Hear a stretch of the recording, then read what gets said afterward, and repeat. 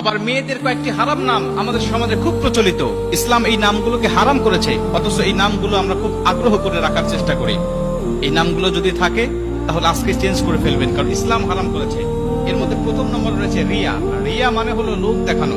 এই রিয়া যদি কোনো মানুষের ইবাদতের মধ্যে থাকে, ওটা ইবাদতই নষ্ট হয়ে যায়। রিয়া শব্দের আরেকটি অর্থ হলো অহংকার, অহমিকা। এটা যদি বাস্তব জীবনের উপরে প্রভাব পড়ে, বিশ্বনবী বলেছেন মানুষের নামের অর্থ, নামের প্রভাব তার বাস্তব জীবনের উপরে প্রভাব পড়ে, যার কারণে এটা দুনিয়া আখিরাত ভালো নাম হলে উজ্জ্বল করে দেয়। যদি এটা খারাপ নামের অর্থ বহন করে তাহলে দুনিয়া আখিরাত নষ্ট করে দেয়। এই জন্য অর্থবোধক নাম আমাদের রাখতে হবে, রিয়া নাম এটা রাখা যাবে না। দ্বিতীয় নম্বর হলো আসিফা। আসিফা নামের অর্থ হলো সে আফসোসকারী নারী। আফসোসকারী নারী বা হতাশাময় নারী। আফসোসকারী এই অর্থ যদি তার বাস্তব জীবনের উপর প্রভাব পড়ে, সারা জীবন তার আফসোস করতে যাবে, হতাশাময় জীবন তার কাটবে। এজন্য আসিফা নামটা এটা রাখা যাবে না। 3 নম্বর যে নামটি রয়েছে সেটা হলো মান্তাসা। এটা বর্তমান সময়ে খুব জনপ্রিয় একটি নাম, মানুষেরা খুব আগ্রহ করে রাখে। আগ্রহ করে রাখার পিছনে একটি কারণ আছে, সেটা হলো এর আবিধানিক যে আরবি অর্থটা আছে এটা আমরা অনেকেই জানি না। গুগলে সার্চ দিয়ে আমরা অর্থ খুঁজি, অর্থ দিয়ে মাংতাসার অর্থ খুঁজতে গেলে গুগল বলবে এর অর্থ হলো যে সে হলো গুরুত্বপূর্ণ বা মূল্যবান, এর অর্থ আসবে গুগলে। কিন্তু প্রকৃত আরবি অক্ষর আল্লাহ পাক সূরা আল ইমরানের মধ্যে বলে দিয়েছে কত ইজ্জু মাংতাসা ওয়া তুযিল্লু মাংতাসা বিয়াদিকাল খায়র।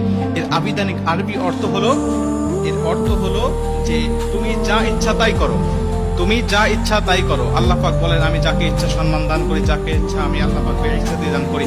এজন্য আল্লাহ পাক বলছে ইজ্জু মাংতাসা ওয়া তুযিল্লু মাংতাসা। এই মাংতাসাটা আমরা এটাকে ব্যবহার করি খুব ভাবি যে আরবি কোরআনের মধ্যে আছে নামটা, কোরআনে থাকলেই যেটা ব্যবহার করতে হবে বিষয়টা এমন নয়। কোরআনে খিনজির কথাও রয়েছে, এটা তো মানুষ ইচ্ছা করে এই নামগুলো রাখবে না। অতএব অর্থটা কোনটা হয় এটা আমাদের খেয়াল রাখতে হবে। 4 নম্বরে যে নামটি রাখতে আমাদের সমাজে দেখা যায় খুব, সেটা হলো মাসুমা। মাসুমা হলো চির নিষ্পাপ বা যার কোনো গুনাহ নেই, চির নিষ্পাপ। এটা কোনো মানুষ হতে পারে না, নবীরা ছাড়া। একমাত্র চির নিষ্পাপ যার কোনো গুনাহ নাই, একমাত্র নবীরা। মানুষের কম বেশি গুনাহ থাকবে। অতএব এই নামের অর্থের দিক বিবেচনা করে উলামা একরামগণ মুফাসসির মুহাদ্দিসুন বলেন যে এই নামটিও রাখা যাবে না। 5 নম্বরে যে নামটি সেটা হলো মারিদা বা মারিদা। এই মারিদা শব্দের অর্থ হলো অসুস্থ, অসুস্থ, রোগা। সে সবসময় অসুস্থ হয়েই থাকে, এরকম একটি অর্থ বহন করে। অতএব এর অর্থের প্রভাবটাও যদি মানুষের জীবনের উপরে পড়ে তাহলে সে সবসময় অসুস্থ হওয়ার সম্ভাবনাই বেশি থাকবে। নবীজি বলছে নামের অর্থ এর প্রভাব মানুষের উপরে পড়ে। 6 নম্বরে আরেকটি নাম সেটা হলো সাহেরা। সাহেরা